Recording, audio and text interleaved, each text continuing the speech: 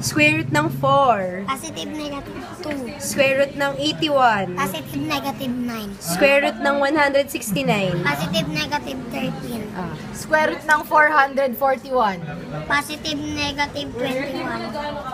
Square root ng 888. Positive negative 800 ano? 888. Perfect square ba yun? Oh, hindi yan perfect. Wala, hindi siya perfect square. Oh, positive, square root ng 1. Ng 1. Positive negative 1. Square root ng negative 1. Imaginary number. Oh! Imaginary number! Square root ng 1,225. 1,000. Positive negative 35. Gawin niyo, ilibo niyo. Mahirap. Square root ng 1,681. Positive negative 41. Perfect!